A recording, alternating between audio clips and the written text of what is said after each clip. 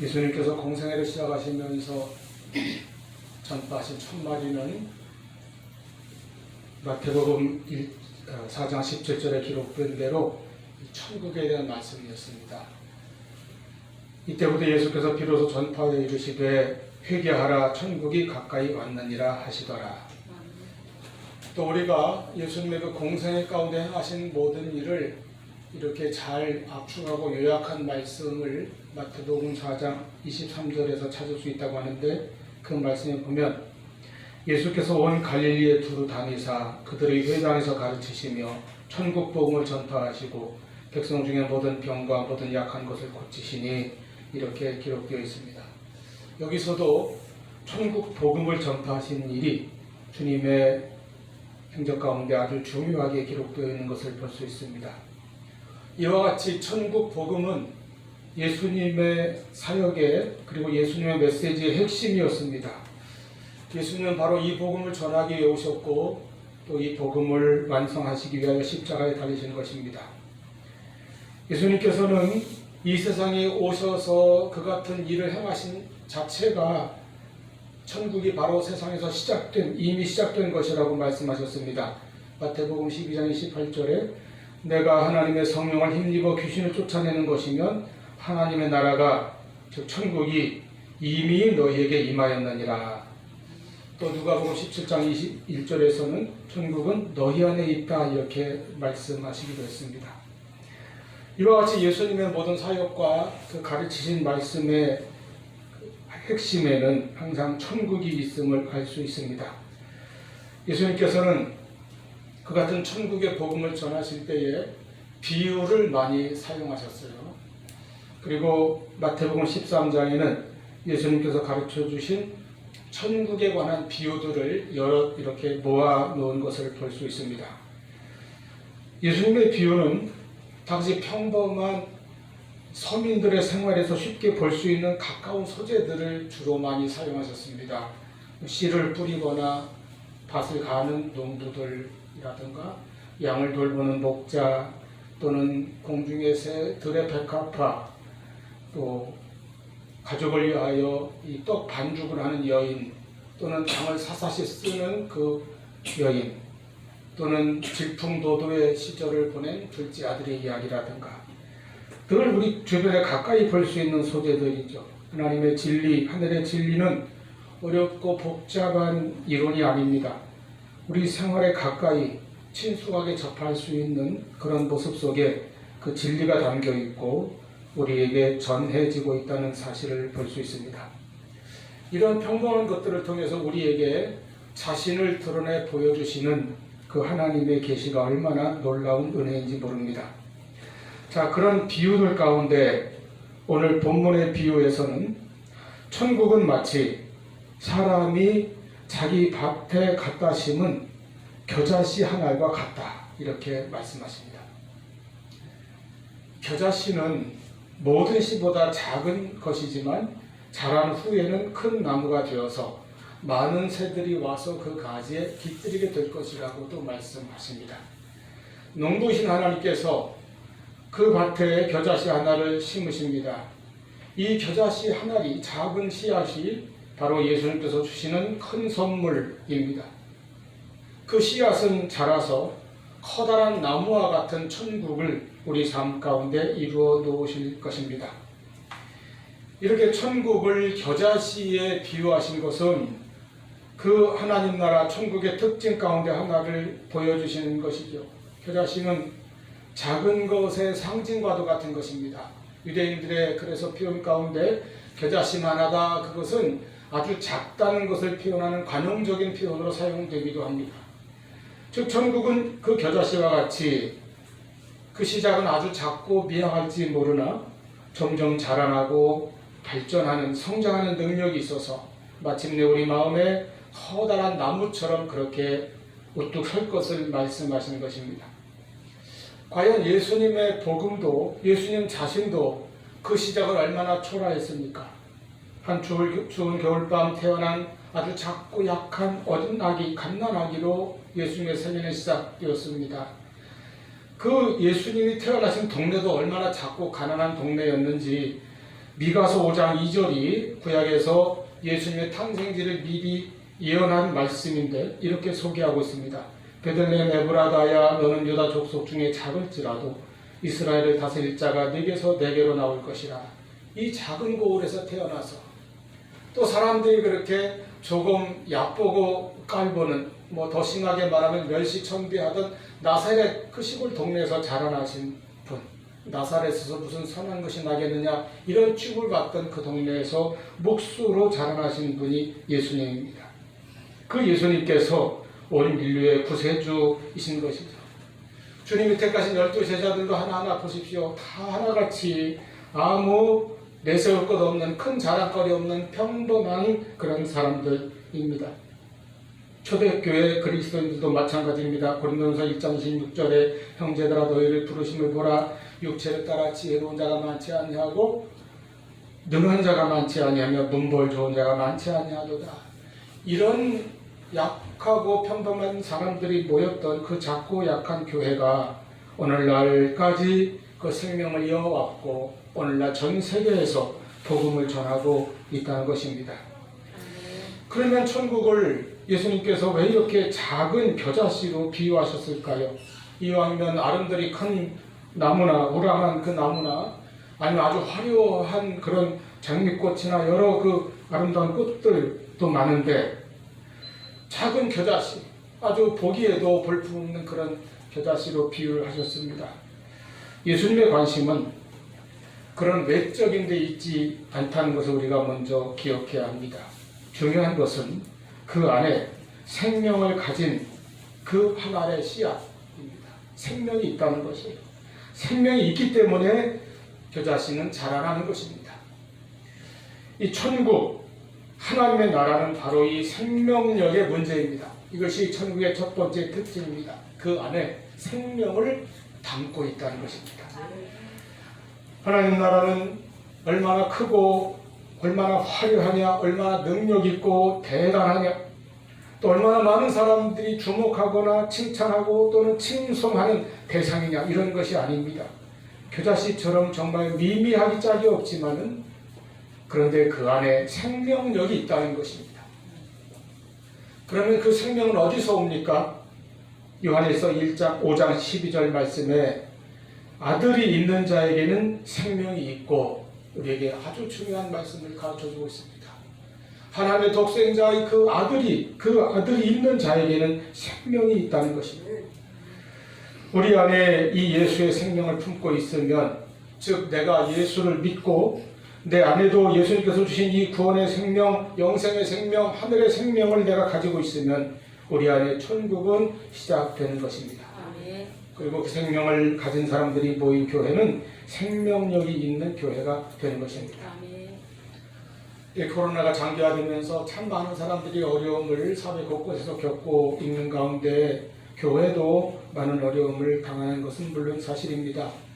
얼마 전에 집안에 이 추상이 나서 아주 오랜만에 이 친척분들을 만났더니 그렇게 그 인사 끝나고 다들 한결같이 아주 걱정스러운 그런 표정과 어조로 물어봐요. 요즘 교회 얼마나 어렵냐고, 얼마나 힘드냐고. 믿는 사람도 그렇고 믿지 않는 분들은 아주 더 진지하게 그렇게 걱정하면서 물어보십니다. 물론 지방이나 총회 통계를 보면 통계적으로 어려운 것이 나타나는 것도 사실입니다. 그런데 교회는 그것만 가지고 판단하는 것이 아닙니다. 숫자나 재정이나 건물이나 재산 같은 것으로 교회가 좌우되는 것이 아닙니다. 그런 것 때문에 교회가 일어섰다 넘어졌다 하는 것이 아니라는 말씀입니다. 그렇게 생각하는 것은 바로 이 천국의 생명력을 모르기 때문에 그렇게 말하는 것이죠. 예수 생명 가지고 예수 복음의 능력을 소유한 교회는 무슨 예배가 제한되고 소모임이나 식사가 금지되는 그런 정도로 흔들리거나 무너지는 것이 아닙니다. 물론 우리가 다른 어떤 이유 때문에 교회가 다른 어떤 그 잘못을로 인하여 세상에서 비난을 받거나 여러 가지 전도의 문이 막히는 것이 더 오히려 두려운 것이지, 그런 어떤 외부적인 그런 강압적인 그런 조치들이 교회를 무너뜨릴 수 없습니다. 교회 안에 생명이 있기 때문입니다. 이게 바로 복음의 생명력입니다. 우리 개개인도 마찬가지입니다. 여러분 개개인이 바로 이 예수의 생명을 분명히 소유하고 있습니까? 우리는 분명히 이 복음을 믿고 이 생명을 가지고 있음을 내가 알아야 합니다. 내 안에 예수의 생명이 있다는 것을 우리가 항상 기억해야 합니다. 자, 여기 겨자씨 한 알을 어떤 사람이 심었다고 그랬어요. 유대들판에 허다하게 널린 것이 겨자라고 하는데 왜 그 가운데 겨자씨 한 알을 그 사람은 가져다가 굳이 자기의 밭에 심었을까요?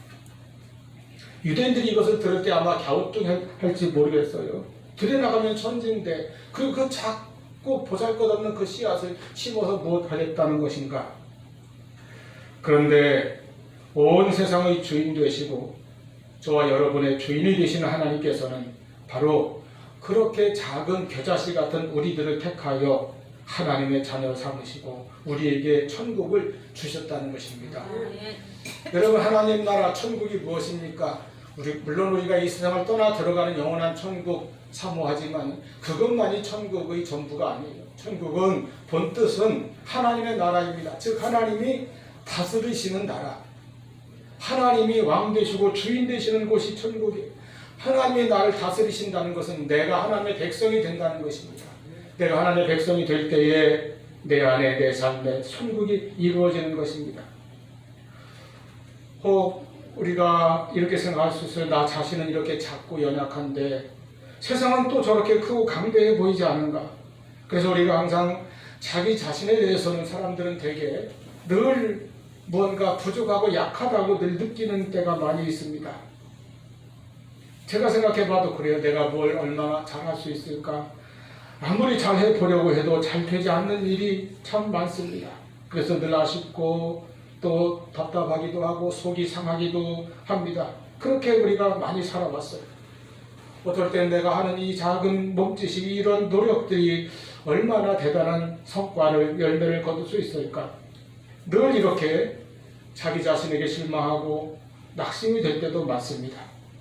그런데 우리 하나님께서는 이런 우리들을 보시고 너 왜 그것밖에 되지 않느냐 하고 책망하시지 않는다는 것을 우리가 알아야 합니다.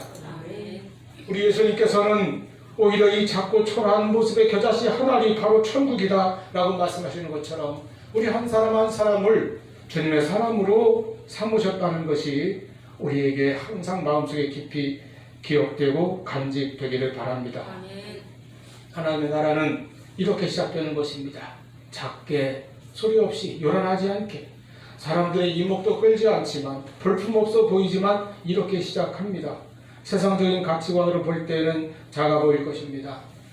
이 세상에서는 크기가 힘을 결정하고 많은 숫자가 진리라고 그렇게 생각하는 풍조가 있습니다. 그래서 많은 사람들이 그 숫자에 얼마나 매달립니까? 요즘 계속 뉴스에 나는 것이 무슨 아무개 정치인의 지지율이 올라갔다 내려갔다 몇 %다 이거 하나 가지고 아주 거기에 목을 매는 것 같아요. 정치 생명을 겁니다. 다른 사람도 그래요. 방송하는 사람들이나 특히 연예인들 그 인기의 척도로 자기 인생이 좌우된다고 생각해요. 시청률이 몇 프로다, 아니면 SNS에 좋아요가 얼마나 올랐다, 이런 등등을 가지고 인생을 평가한다고 합니다. 하다못해 이 실검 순위를 가지고도 그렇게 치열하게 싸우고 조작하고 그런가 봐요. 이것이 세상의 방법이고 세상의 가치관입니다. 여러분, 하나님의 나라는 그렇지 않습니다. 아까도 말씀드린 것처럼 우리 예수님도 초라하게 시작하셨고 그 제자들도 초대교회 교인들도 다 내세우거나 자랑할 것 없는 좀 시시한 그런 모습으로 시작했습니다. 그런데 그들이 천국을 만들어 나가는 것입니다. 그런 우리들이 또한 천국을 만들어 나가는 것입니다. 천국은 그 안에 생명이 있느냐 없느냐 이것에 따라서 결정되는 것이지 크기가 중요한 것이 아니에요. 숫자가 중요한 것이 아니라는 것입니다. 관건은 생명입니다. 생명이 있으면 지금 작고 보잘것없어 보이지만 반드시 그것은 자라게 되어 있기 때문입니다. 왜 우리에게 신앙이 그토록 중요합니까? 그 신앙 안에 바로 생명이 있기 때문입니다. 그래서 우리는 눈에 보이는 것만 따라가지 않습니다. 보이지 않는 것을 항상 바라보고 꿈꿉니다. 씨앗 하나를 손에 들고 거기에서 울창한 숲을 보고 새소리를 듣습니다. 이것이 신앙입니다. 겨자씨는 정말 작고 볼품없고 내세울 것도 없고 화려하지 않지만 그냥 초라해 보일 뿐이지만 그런데 그 안에 생명이 있어서 예수 생명이 있어서 자라나는 것입니다. 아름답게 변하는 것입니다. 그래서 귀한 존재가 되어가는 것입니다. 우리나라 많은 사람들이 아마 이 시를 좋아하는 걸로 알고 있어요. 나태주 시인이 쓴 아주 짧은 시입니다. 손지사님 말대로 선생님이 외워오라고 숙제 내면 딱 해가기 좋은 시이기도 해요. 근데 짧아서 좋지 않습니다. 정말 내용이 좋아요. 풀꽃이라는 시인데 3연작 시예요. 그 중에 한 1편이 단 3행으로 되어 있어 짧아요. 자세히 보아야 예쁘다. 오래 보아야 사랑스럽다. 너도 그렇다. 이 시도요, 짧지만 자세히 보고 오래 보면 참 좋은 시라는 느낌을 받습니다. 우리 한 사람 한 사람도 예수님께서 보실 때는 그와 같을 것입니다. 사람들은 우리를 그저 길가에 흔한 별 볼일 없는 풀로 잡초로 지나쳐 버릴 수도 있겠지만 하나님은 우리들을 자세히 보십니다. 왜 그렇습니까? 우리는 하나님의 독생자 예수 그리스도의 생명으로 구원받은 사람들이기 때문입니다. 그래서 우리 안에 생명이 있는 살아있는 겨자씨들이기 때문입니다. 하나님은 우리를 오래 보십니다. 왜 그렇습니까? 우리를 사랑하시기 때문입니다. 부모가 잠든 자녀를 바라볼 때에 하염없이 볼 때가 있어요. 그냥 봅니다. 왜? 좋으니까, 사랑하니까. 그렇게 하나님께서 우리를 사랑하시는 눈으로 오래 보십니다. 우리 모두가 참 좋아하는 구약의 말씀이 있습니다. 스바냐 3장 17절 너희 하나님 여호와가 너희 가운데 계시니 그는 구원을 베푸실 전능자이시다.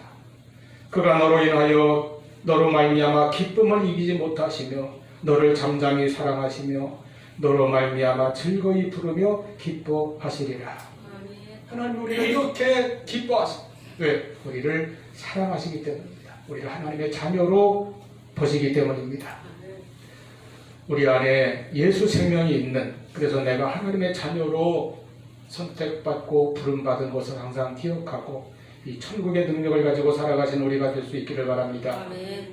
두 번째로 천국의 특징은 자라나는 것입니다. 성장이죠. 여러분 모든 생명이 있는 것은 자랍니다. 들에 있는 널려있는 그 잡초는 풀들은 딱히 그렇게 가꾸거나 뭐 이렇게 돌봐주지 않아도 얼마나 무수하게 잘 자라는지 몰라요.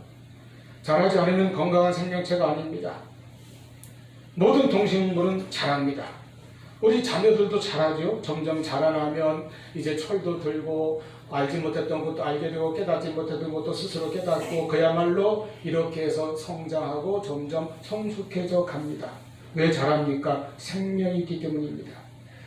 육체뿐만 아니라 우리의 생각도 인격도 마음도 영혼도 자랍니다.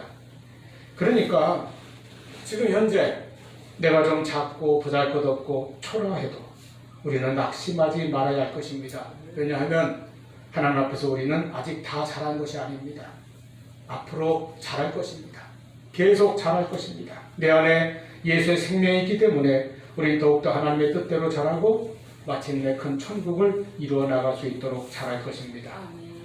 예수님께서는 왜 그 천국을 화려하고 아름답거나 우람하고 멋있는 어떤 대상으로 비유하지 아니하시고 그렇게 작고 초라한 겨자씨로 비유하셨겠습니까? 중요한 것은 그 안에 생명이 있어서 자라난다는 것입니다. 그러므로 우리 스스로가 나는 그냥 고작 겨자씨에 불과하다고, 나는 이것밖에 안 된다고, 나는 실력도 없고 능력도 없고 제대로 잘하는 것도 없는 나는 그런 인생이라고 이런 생각들을 성령께서 이 시간 다 깨우쳐 주시고 우리 주님께서 어루만지셔서 다 고쳐주시기를 바랍니다. 예수님이 어떤 분이십니까? 모든 씨보다 작은 이 겨자씨를 가지고 자란 후에는 풀보다 커서 큰 나무가 된다고 하시는 예수님입니다. 하나님은 바로 이런 분입니다. 초라한 겨자씨를 선택하셔서 사랑하시는 분입니다. 그 그 겨자씨 하나를 심은 것이 바로 천국이라고 말씀하신 분이 우리 주님이십니다. 겨자씨 같은 우리 인생들을 선택하셨습니다. 그리고 우리 안에 생명 주시고 자랄 수 있는 힘도 주시는 것입니다. 점점 자라나고 변화되고 성장해 나갈 수 있는 능력도 우리에게 공급해 주시는 것입니다. 이것이 하나님 나라의 생명력이요, 성장하는 힘이요, 변화되는 능력입니다. 우리에게 필요한 것은 그 하나님을 믿는 믿음이고 또 하나님께서 자라나게 하실 것을 바라고 소망하며 기다리는 인내 신앙입니다. 모든 동식물이 자라는 데는 시간이 걸리듯이 우리 인생에도 내가 성장하기까지 기다려야 되는 시간도 물론 있습니다. 그래서 신앙에는 반드시 인내가 필요합니다.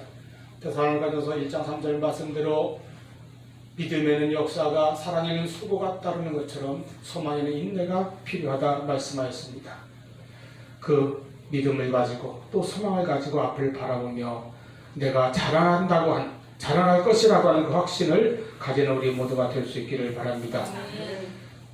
천국의 세 번째 특징은 생명이 있고 그 생명이 자라서 변하게 될 그 목표와 꿈이 우리에게 있다는 것입니다. 32절 말씀 보면 오늘 비유는 딱 두 절로 된 아주 짧은 비유예요. 근데 32절에 자란 후에는 나무가 되매, 풀보다 커서 나무가 되매. 여기에 저는 복음의 놀라운 신비와 능력이 있다고 깨닫습니다. 겨자는 풀 종류의 식물이에요. 그냥 들판에 막 이렇게 무성하게 잡초같이 그렇게 퍼져 있는 그런 종류의 식물입니다. 그런데 주님께서는 말씀하십니다. 이것이 자라서 나무가 되어버린다는 거예요. 즉 나무만큼 커지고 그래서 나무로 다루어지고 더 나아가서 나무로 쓰임을 받게 된다는 것입니다. 어떻게 쓰임 받습니까? 새들이 날아와서 거기에 깃들이고 앉아서 노래한다는 거예요. 자연법칙에서는 콩 심는 데 콩 나고 풀을 심으면 풀이 자랍니다. 그런데 하나님 나라의 법칙에서는 풀을 심었는데 이것이 자라서 나무가 됐다는 거예요. 이것이 하나님의 역사입니다. 그러므로 여러분, 내 안에 있는 작은 것 또는 지금 내 모습의 작은 것을 그냥 작은 것으로만 여기지 마십시오. 세상은 우리를 향해서 네가 가지고 있는 것은 별것도 아니고 너 자신도 작고 보잘것없지 않느냐, 미미하고 냈을 것 없지 않느냐 이렇게 할지 모릅니다. 아예 상대를 안 해줄 수도 있습니다. 그러나 하나님께서는 장차 우리를 들어서 나무로 만들어 나가실 것입니다. 거기 새소리가 들려오는 공중의 새들의 안식처가 마련될 것입니다. 이런 꿈을 가지는 것이 하나님 나라의 복음을 가진 사람입니다. 이 새가 와서 깃든다는 말씀에 대해서 좀 상반된 해석들이 있어요. 어떤 분은 이 예수님의 비유니까 같은 비유에서 해석하신 말씀대로 따라야 된다 그래가지고 그 앞에 말씀하신 유명한 그 씨 뿌리는 밭의 비유에도 새가 나오죠. 그 새는 돌밭에 떨어진 씨를 쪼아먹는 악한 자라 그랬어요. 그래서 사탄이 우리에게 주신 하나님 말씀을 뺏어가는 것으로 흔히 해석을 합니다. 그래서 이 겨자씨 비유에서도 이 새를 좀 악하게 교회에 찾아오는 사탄의 시험이나 핍박 같은 것으로 보는 분들도 있어요. 그런데 씨 뿌리는 비유와 겨자씨 비유는 엄연히 다른 비유입니다. 그리고 씨 뿌리는 비유에 대해서는 주님께서 친히 하나하나 해석해 주셨기 때문에 우리가 그 해석대로 믿고 받아들일 수가 있어요. 씨는 말씀이고 농부는 하나님이고 밭은 우리 마음이고 그야말로 새는 악한 사탄이 있고 또 돌은 신앙 때문에 겪는 환난이나 박해 같은 것이고 같이 떨기는 신앙을 방해하는 세상의 염려나 재리의 유혹 같은 것이다. 이렇게 주님이 말씀하셨기 때문에 우리가 그 구체적으로 그렇게 해석을 합니다. 그런데 이 오늘 본문의 비유는 예수님이 직접 풀이를 해주지 않으셨기 때문에 그런 다른 데서 해석해 주신 것을 그대로 적용하는 것은 좀 자연스럽지 않은 그런 것 같다는 생각이 저에게 있습니다. 또 다른 견해는 당시 유대인들의 세계관에서 이 새는 이방인들을 뜻하는 그런 에스겔이나 다니엘의 표현이 있기 때문에 그렇게 보기도 합니다. 그래서 이 비유에서 새가 날아온다는 것은 장차 교회가 성장함에 따라 많은 이방인들이 교회 안으로 들어올 것이다 라고 하는 복음의 확장성에 대한 비유라고 해석하기도 합니다.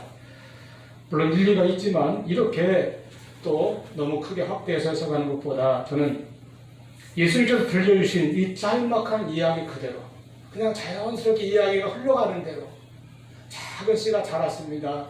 그런데 큰 나무가 되어버렸어요.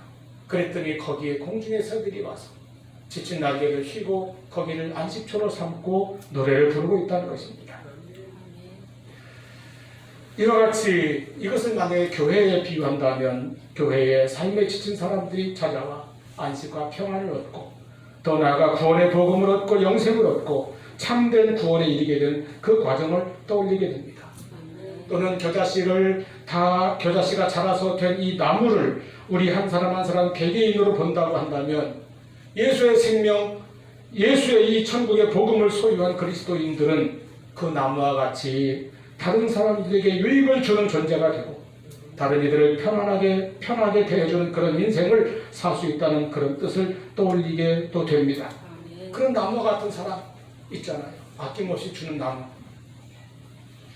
여러분, 하나님 앞에서는 어떤 잡목이나 잡초 같은 것도 다 자라서 나무가 됩니다. 하나님은 우리를 그 나무로 사용하십니다. 공중의 새들이 찾아오는 나무라는 것이죠. 우리가 지금 작고 연약해 보일지라도 예수 복음으로 영혼을 살리는 사람이요 병든 이 세상을 고치는 자로 하나님께서 우리를 사용해 나가실 것을 믿으시기를 바랍니다. 나무로 사용하실 것입니다. 그러므로 우리가 행하는 모든 신앙생활, 우리가 말없이 이름 없이 섬기고 봉사하고 수고하는 모든 일들, 매주일 똑같이 드리는 예배, 늘 드리는 기도, 이런 우리의 그 일상적인 신앙의 행위와 우리의 신앙의 삶에 무슨 대단한 큰 일이 나타날 수 있을까? 이렇게 생각하지 마시고 이 안에 예수의 생명이 있어서 자라고 반드시 열매를 맺고 성장해 나간다는 이 믿음을 가지시기를 바랍니다. 우리가 드리는 믿음의 예배, 믿음의 기도 한마디도 헛되지 않을 것입니다. 믿음의 발걸음은 결코 헛되지 않은 것입니다.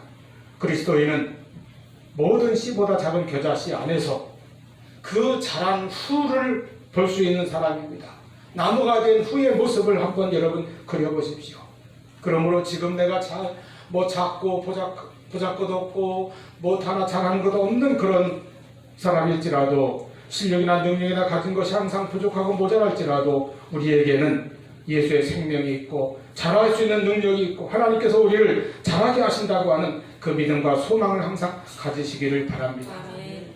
그리스도인은 어떤 일이 있어도 자신을 작고 초라하게 여기지 않고 나는 잘 못한다, 뭘 해도 잘 안 된다 그렇게 단정짓지 아니하고 하나님 나라의 그 신비한 비밀을 가지고 하나님 나라의 능력을 소유하고 나아가는 우리 주님의 마음을 헤아려서 주님의 손을 붙들고 나아가는 그런 믿음을 우리가 가져야 할 것입니다.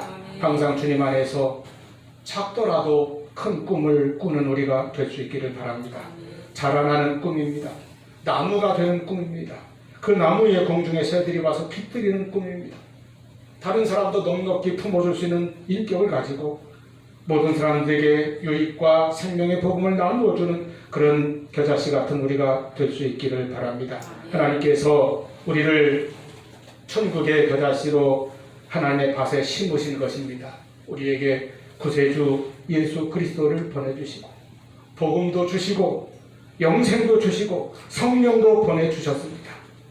우리의 작고 연약한 인생을 갖다가 하나님의 밭에 심으셔서 끝까지 잘 자라나도록 하나님께서 붙들어 주시고 인도해 주실 것입니다. 성장하고 변화될 수 있는 능력도 우리에게 주실 것입니다. 그런 믿음을 가지고 살아가는 우리가 되고 그런 우리가 모인 교회도 큰 나무가 되어 영혼의 안식처 평안을 베풀어주는 그런 복된 복음자리가 될 수 있기를 소망하고 축원합니다. 기도하시겠습니다.